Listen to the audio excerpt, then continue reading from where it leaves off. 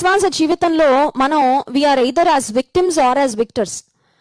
మన జీవితంలో ఒక ఎంపిక చేసుకోవాలి. ఎంపిక ఏంటంటే, నేను విక్టిమ్నా లేక విక్టర్నా, అంటే నేను ఓడిపోయిన వ్యక్తినా లేకపోతే పోరాడి విజయం సాధించే వ్యక్తినా అనేది నువ్వు చూస్ చేసుకోవాలి. It is your choice to decide whether you want to be a victim or a Victor.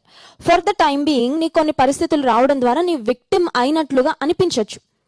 కానీ నువ్వు విక్టిమ్ విక్టిమ్ విక్టిమ్ నేను విక్టిమ్ అయిపోయాను, నేను ఓడిపోయాను అని ఆలోచన చేసుకుంటూ, ఏడ్చుకుంటూ, బాధపడుతూ, దుఃఖపడుతూ, దిగులు పడుతూ, అందరికీ నీకు జరిగిన అన్యాయం గురించి మాట్లాడుతూ, రిగ్రెట్ అవుతూ, కంప్లైంట్ చేస్తూ, నేను లూజర్ని, నేను అన్ని కోల్పోయాను అంటూ ఉంటే నువ్వు ఇక ఓడిపోయిన వ్యక్తి కేటగిరీలో పడిపోతావు.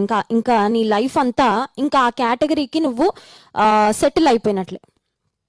అయితే జీవితంలో కొన్ని ఛాలెంజింగ్ సిచ్యువేషన్స్ అందరికీ ఏదో ఒక సమయంలో ఎదురవుతూనే ఉంటాయి. విపత్కరమైన పరిస్థితులు, అనుకోని సంఘటనలు ఏదో ఒక సందర్భంలో మనకు ఎదురవుతూనే ఉంటాయి.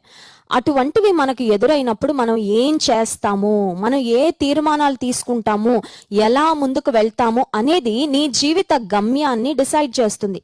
So what you do when you are faced with a difficult situation is what decides your destiny.